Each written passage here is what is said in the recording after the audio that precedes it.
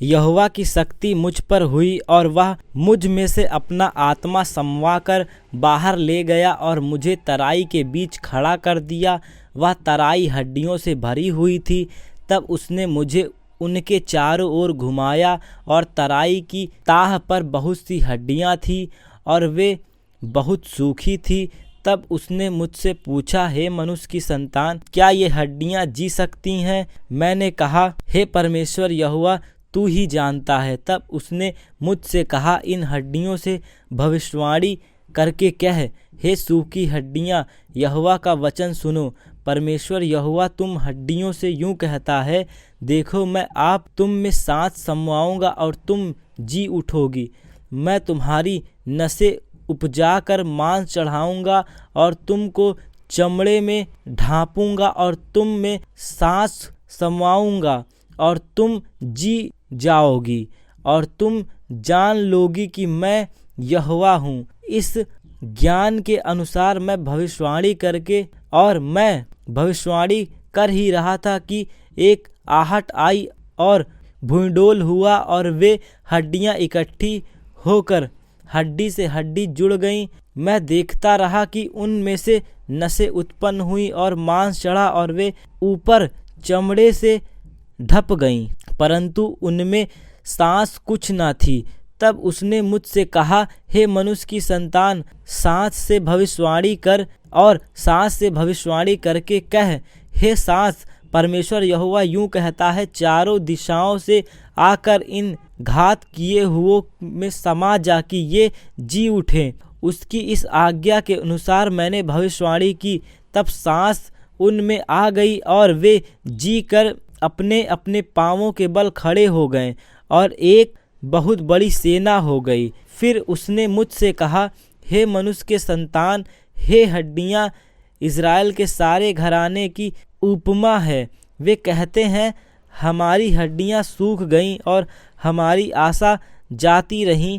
हम पूरी रीति से कट चुके हैं। इस कारण भविष्यवाणी करके उनसे कह, परमेश्वर यहोवा यूं कहता है, हे मेरे प्रजा के लोगों, देखो मैं तुम्हारी कब्रें खोलकर तुमको उनसे निकालूंगा और इज़राइल के देश में पहुंचाऊंगा। इसलिए जब मैं तुम्हारी कब्रें खोलूं और तुम उनसे निकालूं, तब हे मेरी प्रजा के लोगों, तुम जान लोगे कि मैं यहोवा हूँ। मैं तुम में अपना आत्मा समवाऊंगा और तुम जियोगे और तुमको तुम्हारे निज देश में बसाऊंगा। तब तुम जान लोगे कि मुझ यहोवा ही ने यह कहा और किया भी। यहोवा की यही वाणी है। फिर यहोवा का यह वचन मेरे पास पहुंचा, हे मनुष्य के संतान, एक लकड़ी लेकर उस पर लिख, यहूदा की और उसके संगी इज़राइल की। तब दूसरी लकड़ी लेकर उस पर लिख, यूसुफ की और एप्रैम की और उसके संगी इज़राइल की लकड़ी। फिर उस लकड़ी को एक दूसरे से जोड़कर एक ही कर ले कि वे तेरे हाथ में एक ही लकड़ी बन जाएं। जब तेरे लोग तुझसे पूछें, क्या तू हमें न बताएगा कि इनसे तेरा क्या अभिप्राय है? तब उनसे कहना, परमेश्वर यहोवा यूं कहता है, देखो मैं यूसुफ की लकड़ी जो एप्रैम के साथ में है और इज़राइल के जो गोत्र उसके संगी हैं उनको लेकर यहूदा की लकड़ी से जोड़कर उसके साथ एक ही लकड़ी कर दूंगा और दोनों में मेरे हाथ में एक ही लकड़ी बनेगी। जिन लकड़ियों पर तू ऐसा लिखेगा वे उनके सामने तेरे हाथ में रहें। तब तू उन लोगों से कह, परमेश्वर यहोवा यूं कहता है, देखो मैं इज़राइलियों को उन जातियों में से लेकर जिनमें वे चले गए हैं चारों ओर से इकट्ठा करूंगा और उनके निज देश में पहुंचाऊंगा। मैं उनको उस देश अर्थात इज़राइल के पहाड़ों पर एक ही जाति कर दूंगा और उन सबों का एक ही राजा होगा और वे फिर दो ना रहेंगे और ना दो राज्यों में कभी बटेंगे। वे फिर अपनी मूरत और घिनौने कामों या अपने किसी प्रकार के पाप के द्वारा अपने को अशुद्ध ना करेंगे, परंतु मैं उनको उन सब बस्तियों से जहाँ वे पाप करते थे निकाल कर शुद्ध करूँगा और वे मेरी प्रजा होंगे और मैं उनको परमेश्वर होऊंगा। मेरे दास दाऊद उनका राजा होगा और उन सबों का एक ही चरवाहा होगा। वे मेरे नियमों पर चलेंगे और मेरी विधियों को मानकर उनके अनुसार चलेंगे। वे उन देश में रहेंगे जिसे मैंने अपने दास याकूब को दिया था और जिसमें तुम्हारे पुरखा रहते हैं, उसी में वे और उसके बेटे पोते सदा बसे रहेंगे और मेरा दास दाऊद सदा उनका प्रधान रहेगा। मैं उनके साथ शांति की वाचा बांधूंगा, वह सदा की वाचा ठहरेगी और मैं उसे स्थान देकर गिनती में बढ़ाऊंगा और उनके बीच अपना पवित्र स्थान सदा बनाए रखूंगा। मेरे निवास का तंबू उनके ऊपर तना रहेगा और मैं उनका परमेश्वर होऊंगा और वे मेरी प्रजा होंगे। जब मेरा पवित्र स्थान उनके बीच सदा के लिए रहेगा, तब सब जाति जान लेगी कि मैं यहोवा इज़राइल का पवित्र करने वाला हूँ। फिर यहोवा का यह वचन मेरे पास पहुँचा, हे मनुष्य के संतान, अपना मुंह भगोग देश के गोग की ओर करके, जो रोश मशेक और तुबाल का प्रधान है, उसके विरुद्ध भविष्यवाणी कर और यह कह, हे गोग, हे रोश मेशेक और तुबल के प्रधान परमेश्वर यहोवा यूं कहता है, देख, मैं तेरे विरुद्ध मैं तुझे घुमा ले आऊंगा और तेरे जबड़ों में अकड़े डालकर तुझे निकालूंगा और तेरी सारी सेना को भी, अर्थात घोड़े और सवारों जो सब के सब कवच पहने हुए, एक बड़ी भीड़ जो फरी और ढाल लिए हुए सब के सब तलवार चलाने वाले होंगे और उनके संग फारस, कूश और पूत को जो सब के सब ढाल लिए हुए टोप लगाए होंगे, और गोमार और उसके सारे दलों को और उत्तर दिशा के दूर दूर देशों के तोगर्मा के घराने और उसके सारे दलों को निकालूंगा।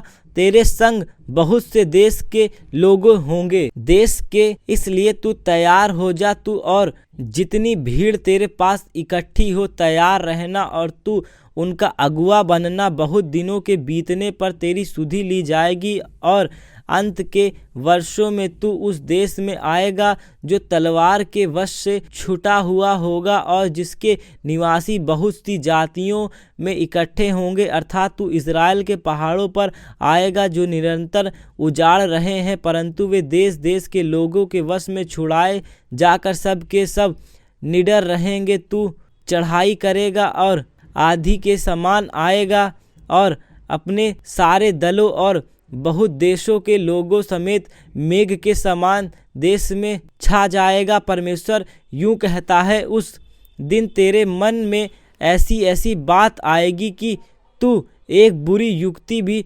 निकालेगा और तू कहेगा, मैं बिन शहर पनाह के गांवों के देश पर चढ़ाई करूंगा। मैं उन लोगों के पास जाऊंगा जो चैन से निडर रहते हैं, जो सब के सब बिना शहर पनाह और बिना भेड़ों और पल्लों के बसे हुए हैं, ताकि छीन कर तू उन्हें लूटे और अपना हाथ उन खंडरों पर बढ़ाए जो फिर बसाए गए, और उन लोगों के विरुद्ध जाए जो जातियों में से इकट्ठे हुए थे। वे पृथ्वी की नाभि पर बसे हुए पशु और अन्य संपत्ति रखते हैं। शाबा और ददान के लोग और तरशीश के व्यापारी अपने देश के सब जवान सिन्हों समेत तुझसे कहेंगे, क्या तू लूटने को आता है? क्या तूने धन छीनने, सोना चांदी उठाने, पशु और अन्य जातियां सम्मति ले जाने और बड़ी लूट अपना लेने को अपनी भीड़ इकट्ठी की है? इस कारण हे मनुष्य के संतान, भविष्यवाणी करके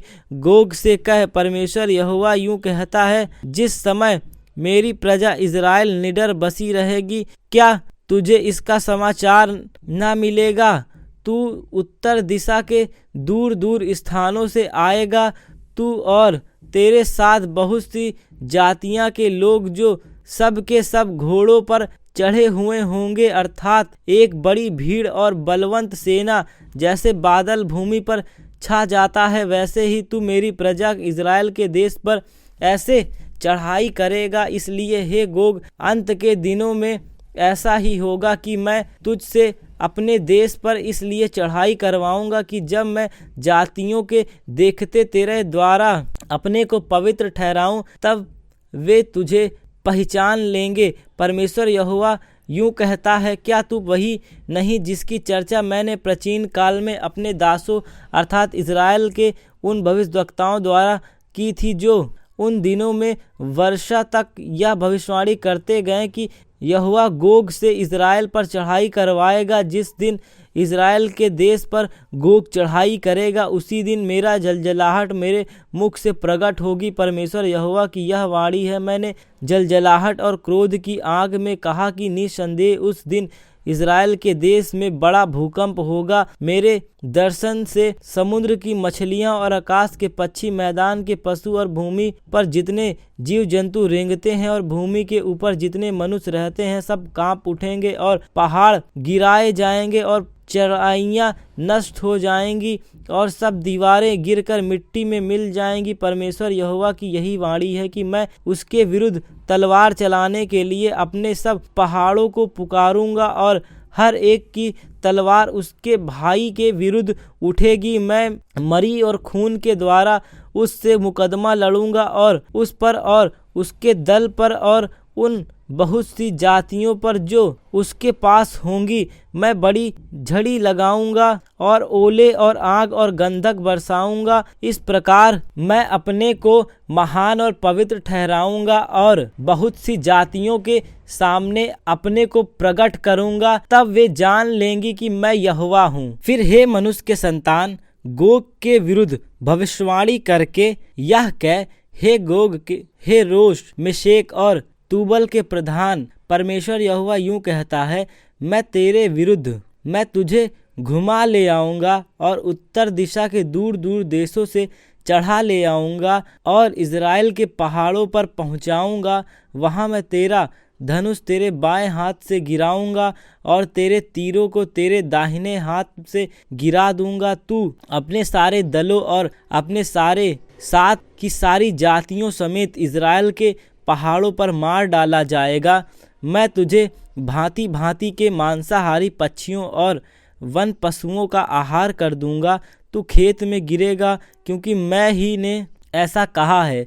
परमेश्वर यहोवा की यही वाणी है। मैं मगोग में और दीपों के निडर रहने वालों के बीच आग लगाऊंगा और वे जान लेंगे कि मैं यहोवा हूँ।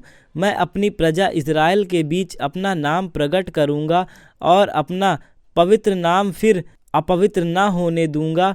तब जाति जाति के लोग भी जान लेंगे कि मैं यहोवा हूँ, इज़राइल का पवित्र हूँ। यह घटना होने वाली है और वह हो जाएगी। परमेश्वर यहोवा की यही वाणी है।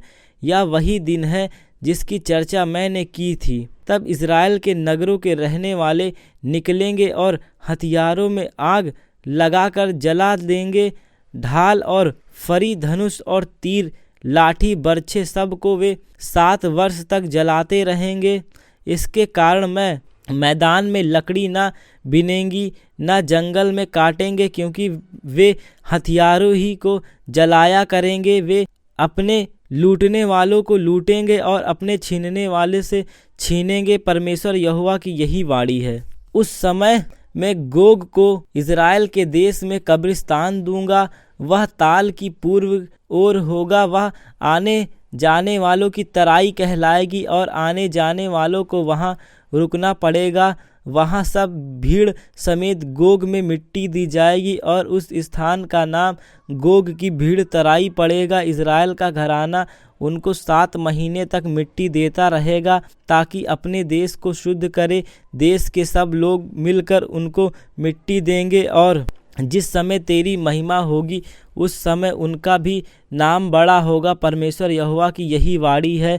तब वे मनुष्यों को नियुक्त करेंगे जो निरंतर इसी काम में लगे रहते हैं, अर्थात देश में घूम घूम कर आने जाने वाले के संग होकर देश को शुद्ध करने के लिए उनको जो भूमि के ऊपर पड़े हों मिट्टी देंगे। और 7 महीने के बीतने तक वे ढूंढ ढूंढ कर यह काम करते रहेंगे। देश में आने जाने में से सब कोई मनुष्य की हड्डी देखें, तब उसके पास एक चिन्ह खड़ा करेगा।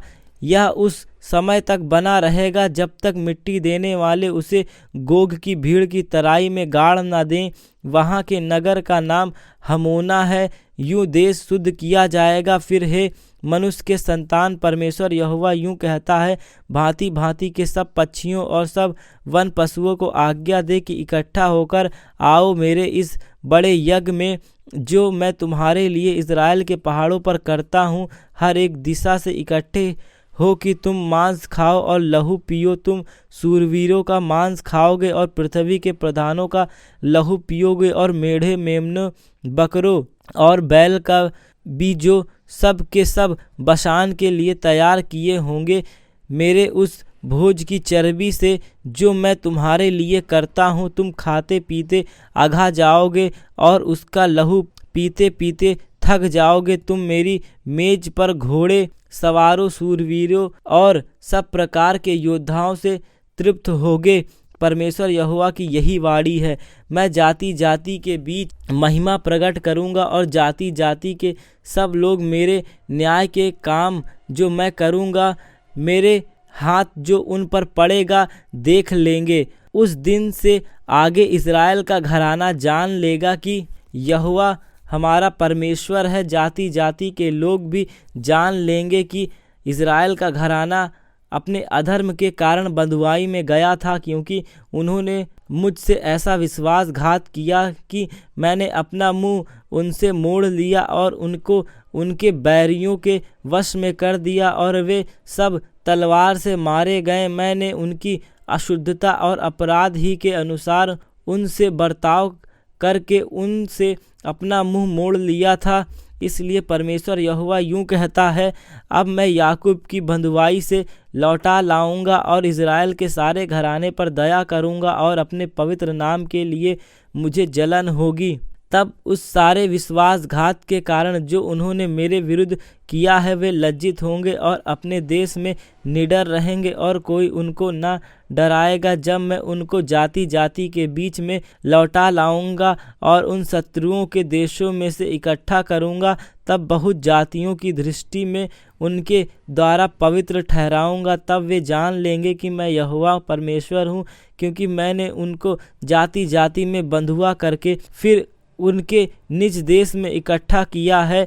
मैं उन में से किसी को फिर परदेश में ना छोड़ूंगा और ना उनसे अपना मुंह फिर कभी मोड़ लूँगा, क्योंकि मैंने इज़राइल के घराने पर अपना आत्मा उंडेला है। परमेश्वर यहोवा की यही वाणी है। हमारी बंधुआई के 25वें वर्ष यरूशलेम नगर ले लिए जाने के बाद 14वें वर्ष के पहले महीने के 10वें दिन को यहोवा की शक्ति मुझ पर हुई और उसने मुझे वहां पहुंचाया। अपने दर्शन में परमेश्वर ने मुझे इज़राइल के देश में पहुंचाया और वहां एक बहुत ऊंचे पहाड़ पर खड़ा किया, जिस पर दक्षिण की ओर मानो किसी नगर का आकार था। जब वह मुझे वहां ले गया तो मैंने क्या देखा कि पीतल के समान और हाथ में सन का फीता और मापने का बांस लिए हुए एक पुरुष फाटक में खड़ा है।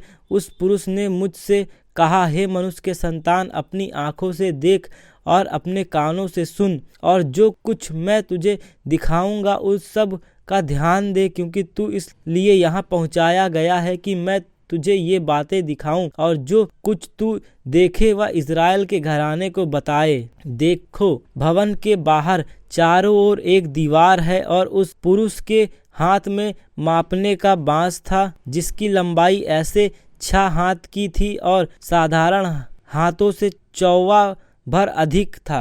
अतः उसने दीवार की मोटाई मापकर बांस भर की पाई, फिर उसकी ऊंचाई भी मापकर बांस भर की पाई। तब वह उस फाटक के पास आया जिसका मुंह पूर्वी की ओर था, और उसकी सीढ़ी पर चढ़कर फाटक की दोनों डेवड़ियों की चौड़ाई मापकर एक बांस भर की पाई। पहर वाली कोठरियां बांस पर लंबी और बांस भर चौड़ी थी, और दो कोठरियां का अंतर 5-5 हाथ का था, और फाटक की डेवड़ी जो फाटक के ओसारे के पास भवन की ओर थी वह भी बांस भर की थी।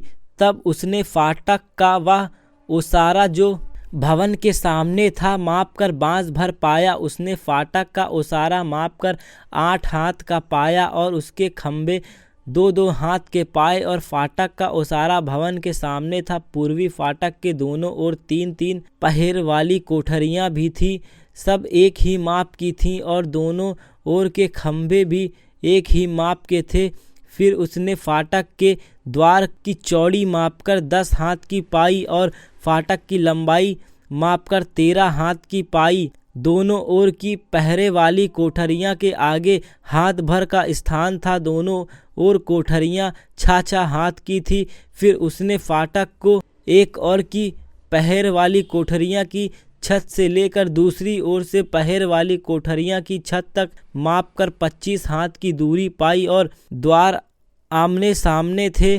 फिर उसने 60 हाथ के खंभे मापे और आंगन फाटक के आस पास खंभे तक था। फाटक के बाहरी द्वार के आगे से लेकर उसके भीतरी ओसारे के आगे तक 50 हाथ का अंतर था। पहर वाली कोठरियाँ में और फाटक के भीतर चारों ओर कोठरियाँ के बीच के खंभे के बीच में झिलमिलदार खिड़कियाँ थीं और खंभे के ओसारे में भी वैसे ही थी। और फाटक के भीतर के चारों ओर खिड़कियाँ थीं और हर एक खंभे पर खजूर के पेड़ खुदे हुए थे। तब वह मुझे बाहरी आंगन में ले गया और उस आंगन के चारों ओर कोठरियाँ थी और एक फर्श बना हुआ था जिस पर 30 कोठरियाँ बनी थी। यह फर्श अर्थात निचला फर्श फाटकों से लगा हुआ था और उनकी लंबाई के अनुसार था। फिर उसने निचले फाटक के आगे से लेकर भीतरी आंगन के बाहर के आगे तक माप कर 100 हाथ पाए। वह पूर्व और उत्तर दोनों की ओर ऐसी ही थी। तब बाहरी आंगन के उत्तर मुखी फाटक की लंबाई और चौड़ाई उसने मापी। उसके दोनों ओर 3-3 पहर वाली कोठरियाँ थी और इसके भी खंभे के ओसारे की माप पहले फाटक के अनुसार थी। इसकी लंबाई 50 और चौड़ाई 25 हाथ की थी। इसकी भी खिड़कियाँ और खंभे के ओसारे और खजूरों की माप पूर्व मुखी फाटक की सी थी। और इस पर चढ़ने को 7 सीढ़ियाँ थी और उसके सामने इसका ओसारा था। भीतरी आंगन के उत्तर और पूर्व की ओर दूसरे फाटक के सामने फाटक थे और उसने फाटकों की दूरी मापकर 100 हाथ की पाई। फिर वह मुझे दक्षिण की ओर ले गया और दक्षिण की ओर एक फाटक था और उसने इस खंभे और खंभे का ओसारा मापकर इनकी वैसे ही माप पाई। इन खिड़कियों के समान इसके और इसके खंभों के ओसारे के चारों ओर की खिड़कियां थीं। इसकी भी लंबाई 50 और चौड़ाई 25 हाथ की थी। इसमें भी चढ़ने के लिए 7 सीढ़ियां थी और उनके सामने खंभे का ओसारा था और उसके दोनों ओर के खंभों पर खजूर के पेड़ खुदे हुए थे। दक्षिण की ओर भी भीतरी आंगन का एक फाटक था और उसने दक्षिणी ओर के दोनों फाटकों की दूरी मापकर 100 हाथ की पाई।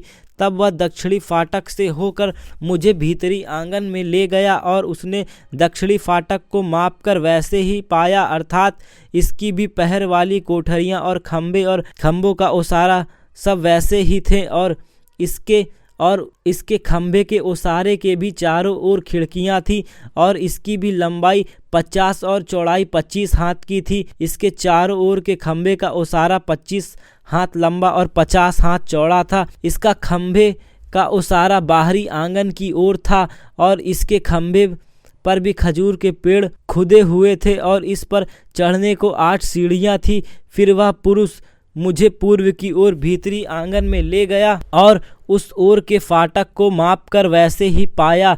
इसकी भी पहर वाली कोठरियाँ और खंभे और का ओसारा सब वैसे ही थे और इसके खंभे की ओसारे के चारों ओर की खिड़कियाँ थीं। इसकी लंबाई 50 और चौड़ाई 25 हाथ की थी। इसका ओसारा भी बाहरी आंगन की ओर था और इसके दोनों ओर खंभे पर खजूर के पेड़ खुदे हुए थे और इस पर भी चढ़ने को 8 सीढ़ियां थी। फिर उस पुरुष ने मुझे उत्तरी फाटक के पास ले जाकर उसे मापा और उसकी भी माप वैसे ही पाई। इसके भी पहर वाली कोठरियां और खंभे और इनका ओसारा था और इसके भी चारों ओर खिड़कियां थी। इसकी लंबाई 50 हाथ और चौड़ाई 25 हाथ की थी। इसके खंभे की बाहरी आंगन की ओर थे और उन पर भी दोनों ओर खजूर के पेड़ खुदे हुए थे और उसमें चढ़ने के लिए 8 सीढ़ियाँ थी।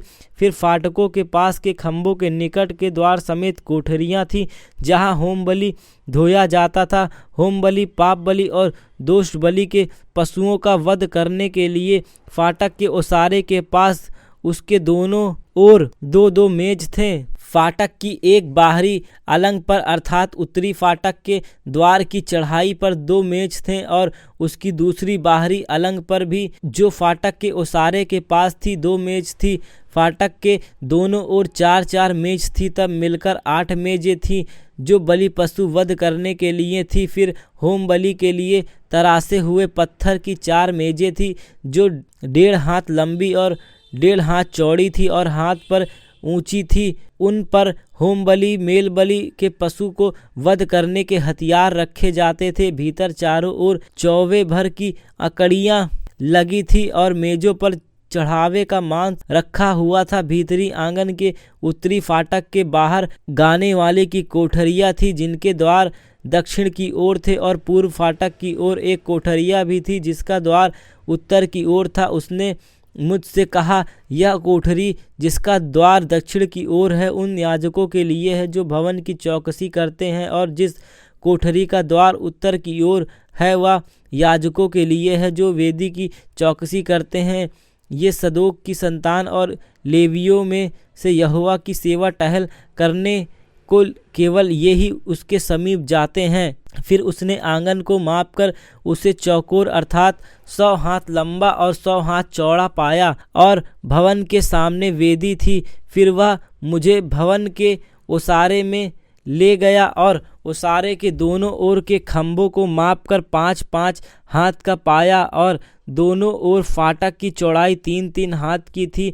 ओसारे की लंबाई 20 हाथ और चौड़ाई 11 हाथ की थी और उस पर चढ़ने की सीढ़ियां थी और दोनों ओर के खंभे के पास लाठे थे। फिर वह मुझे मंदिर के पास ले गया और उसके दोनों ओर के खंभे को माप कर 6 हाथ चौड़ा पाया। यह तो तंबू की चौड़ाई थी। द्वार की चौड़ाई 10 हाथ की थी और द्वार के दोनों ओर की दीवार 5-5 हाथ की थी और उसके मंदिर की लंबाई मापकर 40 हाथ की और उसकी चौड़ाई 20 हाथ की पाई। तब उसने भीतर जाकर द्वार के खंभों को मापा और 2-2 हाथ का पाया और द्वार 6-6 हाथ का था और द्वार की चौड़ाई 7 हाथ की थी। तब उसने भीतर के भवन की लंबाई और चौड़ाई मंदिर के सामने मापकर 20 हाथ की पाई और उसने मुझसे कहा, यह तो परम पवित्र स्थान है। फिर उसने भवन की दीवार को मापकर 6 हाथ की पाया और भवन के आसपास 4-4 हाथ चौड़ी बाहरी कोठरियां थी। ये बाहरी कोठरियां 3 मंजिल की थी और एक मंजिल में 30-30 कोठरियां थी। भवन के आसपास की दीवार इसलिए थी कि वह बाहरी कोठरियां उसके सहारे में हो और उसी में कोठरियां की कड़ियां बैठाई हुई थी और भवन की दीवार के सहारे में ना थी। भवन के आसपास जो कोठरियां बाहर थी उसमें से जो ऊपर थी वे अधिक चौड़ी थी, अर्थात भवन के आसपास जो कुछ बना था वह जैसे जैसे ऊपर की ओर चढ़ता गया वैसे वैसे चौड़ा होता गया। इस रीति इस घर की चौड़ाई ऊपर की ओर बढ़ती गई थी और लोग निचली मंजिल के बीच से ऊपरी मंजिल को चढ़ सकते थे। फिर मैंने भवन के आसपास ऊंची भूमि देखा और बाहरी कोठरियां की ऊंचाई जोड़ तक 6 हाथ के बांस की थी। बाहरी कोठरियां के लिए जो दीवार थी वह 5 हाथ मोटी थी और जो स्थान खाली रह गया था वह भवन की बराबरी कोठरियां का स्थान था। बाहरी कोठरियां के बीच भवन के आसपास 20 हाथ का अंतर था। बाहरी कोठरियां के द्वार उस स्थान की ओर थे जो खाली था, अर्थात एक द्वार उत्तर की ओर और दूसरा दक्षिण की ओर था और जो स्थान रह गया उसकी चारों ओर 5-5 हाथ की। फिर जो भवन मंदिर के पश्चिम ओर के सामने था वह 70 हाथ चौड़ा था। जो भवन के आसपास की दीवार 5 हाथ तक मोटी थी और उसकी लंबाई 90 हाथ की थी।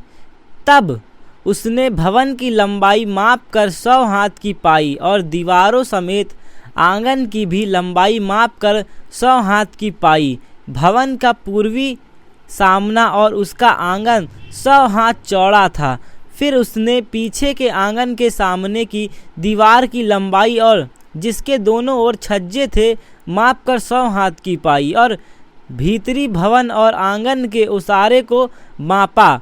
तब उसने डेवढ़िया और झिलमिलदार खिड़कियां और आसपास की 3 मंजिलों के छज्जों को मापा जो डेवढ़ी के सामने थे और चारों ओर उनकी तख्तबंदी हुई थी और भूमि से खिड़कियों तक और खिड़कियों के आसपास सब कहीं तख्तबंदी हुई थी।